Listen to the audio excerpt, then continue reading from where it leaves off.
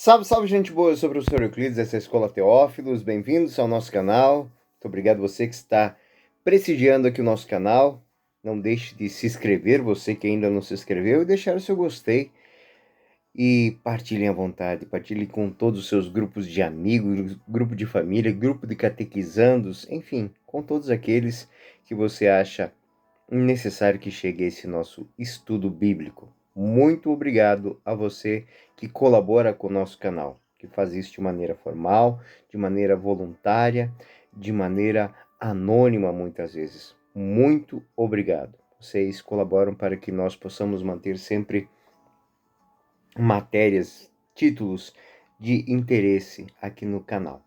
Bom, gente boa, nós estamos na 18ª lição. Vamos entrar agora, depois fazer uma grande introdução sobre isso, no ciclos dos grandes patriarcas. O primeiro ciclo que nós vamos tratar agora é o ciclo de Abraão.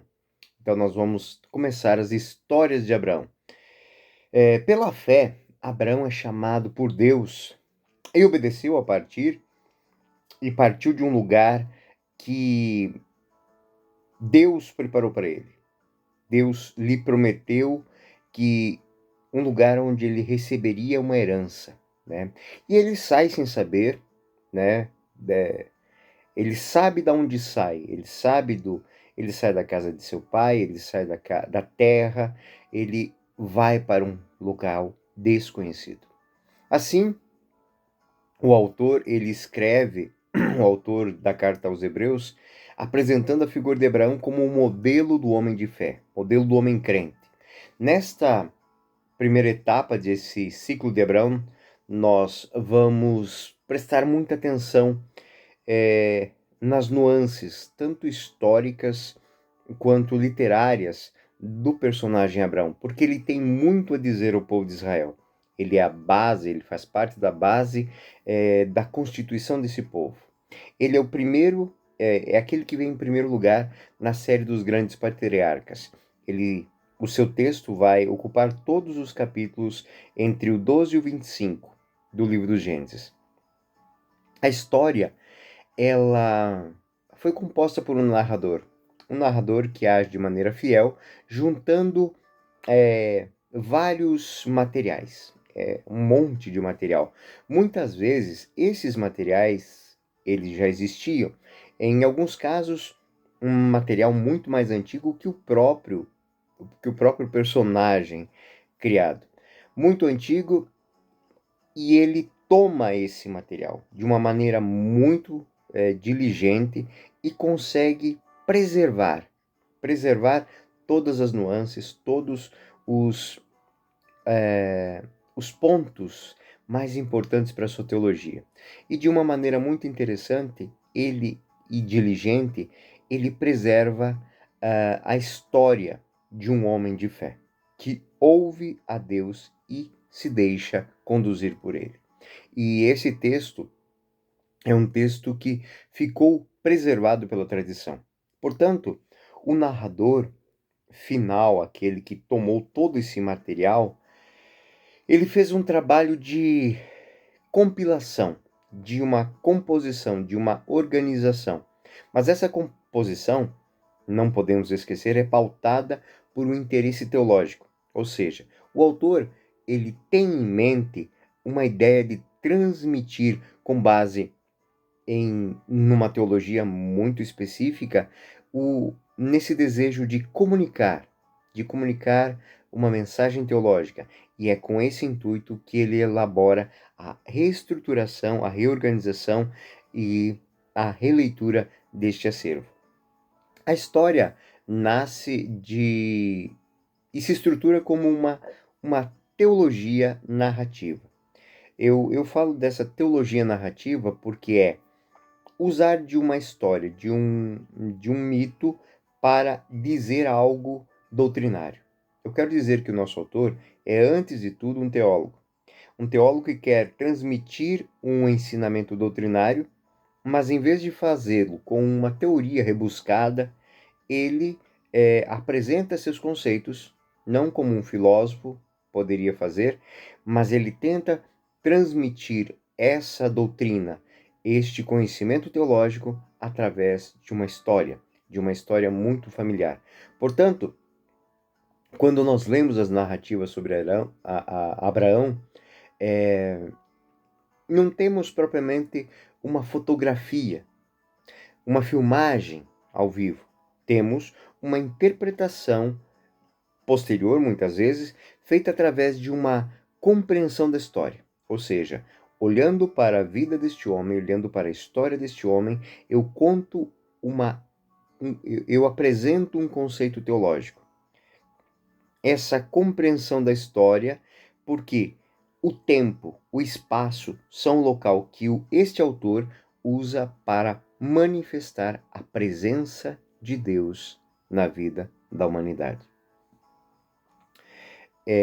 O início da história de Abraão se dá em Gênesis 12 e vai até o 14, o início da história dele. Embora no capítulo 11 nós já teremos algumas nuances das origens, da genealogia de Abraão. Assim, os eventos dos antigos pais, e entre eles Abraão, muitas vezes eles eram desconectados uns dos outros. Muitas histórias eram semelhantes e, por ora, independentes, onde o todo estruturado ele é sempre o resultado de uma reorganização tardia. Então, o autor toma o texto tem várias origens, o texto tem várias nuances, e ele compila, organiza para que a história se molde para contar a teologia, para apresentar a teologia. E essa estruturação, ela é resultado de uma leitura, de uma releitura tardia. Mesmo a conexão também de parentesco entre Abraão, Isaac e Jacó é o resultado de uma sistematização posterior. Ou seja, não obrigatoriamente esses homens têm as suas histórias estruturadas uma ligada à outra, né? Não que não exista vínculos entre eles. Na antiga tradição narrativa, os graus de parentesco, e é bom que se saliente isso, eles servem muito mais para demonstrar as relações entre grupos humanos do que de fato para estipular ligações biológicas. Em seguida, nós temos que entender que as tribos que se aliam em si mesmos se tornam irmãs e aí passam a adotar os ancestrais como irmãos. Então, os clãs têm origens comuns porque os ancestrais foram adotados como patriarcas, como pais daquele povo. E é neste ponto em que as histórias acabam se fundindo. A história de Abraão, a história de Isaac, a história de Jacó e a história das 12 tribos. Então, elas, embora corressem, eram contadas e eram apresentadas por esses vários clãs de maneira paralela, em um momento de estruturação dessa história como história de um povo, ela passa, a história da relação de Deus com esse povo, ela passa a se fundir. Tudo isso é de pouco interesse para nós, de certa maneira, porque o grande interesse é o conteúdo final, né? Mas temos que dizer sim, né? Temos que, quando colocar a mão nesses textos, temos que ser verdadeiros, ou seja, no sentido de que temos uma história que não é histórica, né? As antigas tradições populares se tornaram, de fato, histórias teológicas. A história de Abraão, a história de Isaac, a história de Jacó e das 12 tribos não são histórias históricas, mas são histórias teológicas. E o narrador, muitas vezes, ele ensinará a pessoa do próprio Deus. É uma obra narrativa típica do teólogo que conta. Muitas coisas não serão explicadas e talvez nem sequer elas possam ser explicadas, sejam explicáveis, podemos assim dizer. Por exemplo, como é que Abraão conhecia Deus? como ele sentiu o que Deus queria que ele soubesse? Essas perguntas, elas, pelo texto, elas não podem ser respondidas, porque não temos uma notícia. Não é como contar a partir de uma figura histórica próxima a nós, no tempo em que estamos. Ele foi chamado por Deus, né? Ele foi chamado por Deus e isto basta para aquele povo. Ele obedeceu a Deus, isso basta para aquele povo. Não é como se estivéssemos contando uma história de um amigo nosso que foi chamado por Deus, entrou no seminário, entrou numa congregação religiosa, decidiu fazer isso e assim ele sentiu o seu chamado, né? Então, como é que a gente vai dizer? Como é que ele sentiu? Como é que Abraão sentiu isso? Como perguntar para o texto algo que o texto não quer contar, né? E mesmo na prática, muitas vezes, até quando casos como eu relatei, né, a vocação de alguém, nós também temos dificuldades de responder de maneira objetiva, de maneira precisa, de maneira clara, como é que aquela pessoa sentiu a vocação, né? Justamente porque há sempre uma grande nuance de experiência, de encontro, e esse encontro, ele é inexplicável, né? Mas aqui estamos diante de uma síntese para a qual, quando as pessoas leem, né, elas têm que saber que a história já está formada, o conto já foi dito, elas estão estruturadas, elas já representam algo. Então, quando falamos de Abraão, o autor ele não se preocupou em contar com nuances o chamado de Abraão. Por quê?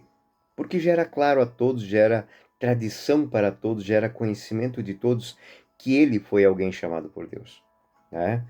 E muitas vezes, quando nós fazemos isso, nós temos outro problema, porque muitas vezes quando essas histórias foram compiladas, elas já estavam finalizadas, né? Nós temos que levar em conta que muitas dessas histórias que nós estamos colocando hipoteticamente num período histórico, elas são muito posteriores ao fato que elas contam, né? Podemos dizer que a história que estamos apresentando aqui, ela foi compilada por volta do ano 400 a.C., mas ela conta de algo que ocorreu em mais ou menos 1800 a.C. Quantos séculos de diferença, né? Quantos séculos? Quase 12 séculos de diferença. Então, o narrador final, ele agora vai falar de Abraão como um modelo. Ele fala de Abraão usando uma chave teológica, e nesse ponto não é mais possível intervir sobre detalhes históricos, porque eles já entraram na cultura daquele povo. Eles já entraram na mente daquele povo. Então, a única coisa que ele vai fazer é, do conhecido, tirar os detalhes, tirar as nuances. E de cada detalhe histórico, da história real, ele coloca uma leitura teológica. Então, em torno de um fato histórico, de uma vida histórica, nós temos a vestimenta de um símbolo literário e teológico. Portanto, não teremos e não devemos gastar o nosso tempo fazendo perguntas curiosas sobre o texto, porque as respostas elas não são possíveis. E se alguém dá essas respostas de certa maneira, dá usando da imaginação, porque o texto e o autor não estavam aí para essas nuances, não estavam preocupados em responder essas perguntas. E é o mesmo processo que pode seguir, podemos dizer, um diretor de cinema que tem que fazer um filme a partir do texto de um livro. Ele não tem o que mudar, não tem o que acrescentar, ele simplesmente tem que criar um roteiro, né? E reconstruir uma história. Ele tem que fazer um roteiro e ele tem que criar um ambiente em que tudo o que acontecer naquele momento é motivado por algo que já está no livro, que já está na história. Apesar da utilidade que a gente diz de fazer esse tipo de enredo, no fundo, ele acaba sendo restritivo. Vocês imaginem, se a gente fizesse um filme sobre Abraão, de certa maneira, o que ia acontecer? Ele ia ser até, de certa maneira, um pouco prejudicial. Ele ia ser mais prejudicial do que útil. E a utilidade reside no fato em que, facilmente, quando eu estou olhando para imagens, eu perco o vínculo com a história, com o texto, com a mensagem. Eu conheço o enredo, mas não conheço o que significa o enredo. Então, temos que nos conscientizar que os eventos contados no texto bíblico, portanto, eles não estão para responder certas perguntas, certas nuances, certos questionamentos. Então, isso poupa, o que eu estou dizendo deve lhes poupar e tirar do seu foco e não criar um problema de leitura. Ou seja, eu não posso perder o meu tempo com as imagens do texto e com as perguntas que o texto faz. Eu tenho que focar na mensagem. E essa mensagem, ela vai me conduzir à experiência da teologia. Tá? Embora seja necessário ler o texto não como uma série de histórias, mas com uma série de mensagens teológicas, porque de fato foi isso que o autor quis, na sua compilação final, apresentar ao povo de Israel. Uma fonte de ensinamentos, não uma fonte de histórias. E histórias essas que foram interpretadas, que foram refletidas, que foram ensinadas e foram meditadas com o desejo de encontrar ali um vínculo entre o homem que acredita com a fonte do crer. E como é que nós começamos essa nossa história? Bom, nós começamos com a origem de Abraão. Ele pertence à linhagem de Taré. Portanto, estamos, a partir daqui, prontos para uma leitura do texto. Uma leitura que vai nos contar precisamente, paulatinamente, a partir do capítulo 12 e os últimos versos do capítulo 11, a genealogia, a história de Abraão, as origens de Abraão. O livro do Gênesis é marcado por essas pequenas imagens, por essas pequenas genealogias, até porque o próprio nome do livro são Origens, né? O livro das origens. Então nós falamos da origem do mundo, a origem do universo, a origem da humanidade, e agora nós estamos falando da origem da relação de Deus com o homem da fé. O livro do Gênesis é marcado por essas pequenas imagens apresentadas em listas de nomes, as ditas pequenas árvores genealógicas para criar uma imagem completa da história. Era, podemos assim dizer, uma paixão do ambiente sacerdotal onde o texto foi compilado. Essas possibilidades de catalogar as famílias, de recriar as descendências, era algo muito próprio da cultura sacerdotal. Em hebraico, essas pequenas genealogias são chamadas de toledotes, que é uma palavra que, como um refrão dentro de todo o conto do Gênesis, né? Gênesis 11, 27, então encontramos esse refrão, este toledote de Taré, ou seja, esse toledote, essa genealogia de Taré, a descendência de Taré. Gênesis 11, 27 e 30. Diz o seguinte: eis a descendência de Taré. Taré gerou Abrão, Nacor e Aram. Aram gerou Ló. Aram morreu na presença de Taré, seu pai, em Ur da Caldeia, sua terra natal. Abrão e Nacor casaram-se. A mulher de Abraão chamava-se Sarai, e a de Nacor, Melca, filha de Aram, pai de Melca e de Jesca. Sarai era estéril e não tinha filhos. A imagem, ela, embora sintética, dá toda a família e termina com uma indicação de que o leitor antigo é atencioso, é como que, podemos dizer assim, um soco no estômago. Porque a esposa de Abrão é estéril. E esse contexto de familiar, onde é importante a geração, a posteridade, as crianças, elas garantem a vida da tribo, o que nós temos aqui é um problema autêntico. O ambiente inicial, a terra nativa, é a terra dos caldeus. Estamos ao sul da Mesopotâmia, ao sul dos dois rios, Tigre e Eufrates. Hoje, podemos dizer que é o território do Iraque, ainda ao sul da Babilônia. E esta redação, no entanto, trai o fato histórico, porque quando nós lemos, nós ouvimos falar de caldeus. Somente que os caldeus, eles são uma população tardia. Na época de Abraão, eles nem sequer existiam. Então, quando nós vemos isso, nós sabemos que o autor final, não tendo um vínculo com a história de fato ocorrida na época, ele coloca um povo que se situa naquele lugar, naquele momento. Então, ele constrói o ambiente geográfico onde esse povo se encontra. Então, onde habitam os caldeus? Sul da Mesopotâmia, sul da Babilônia. Então, é ali, onde hoje temos os caldeus. Mais ou menos isso que ele quer dizer.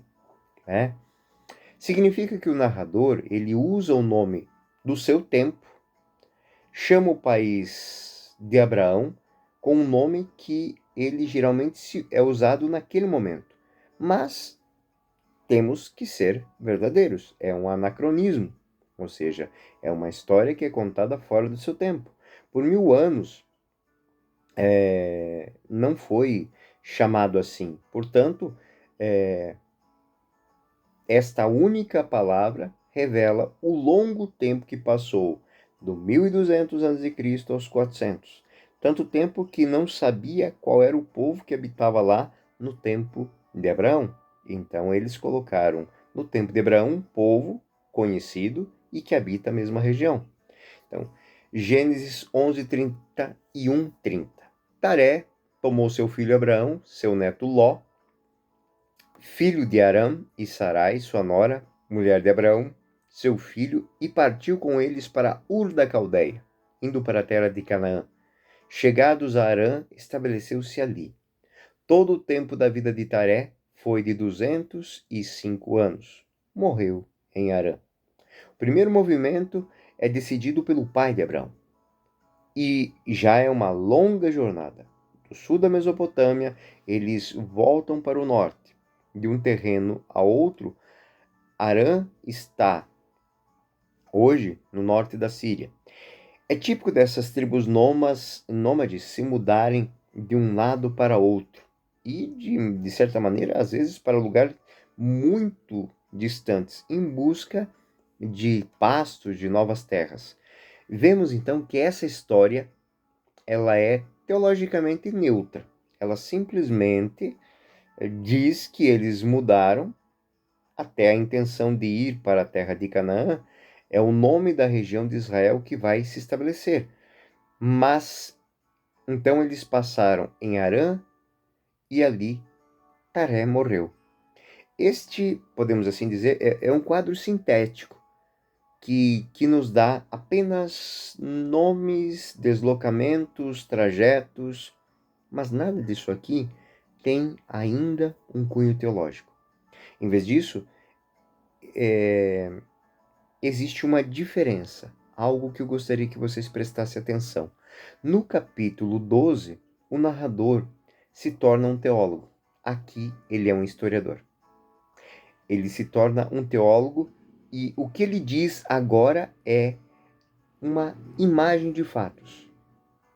E no capítulo 12 é a interpretação desses fatos, de uma história geral. Bom, na próxima aula nós vamos tratar da vocação de Abraão. Hoje nós falamos um pouco dessa introdução da história. A história de Abraão, sua genealogia, de onde ele veio, quem eram os seus pais, quem era a sua família, de onde ele saiu, para onde ele foi, por onde ele passou.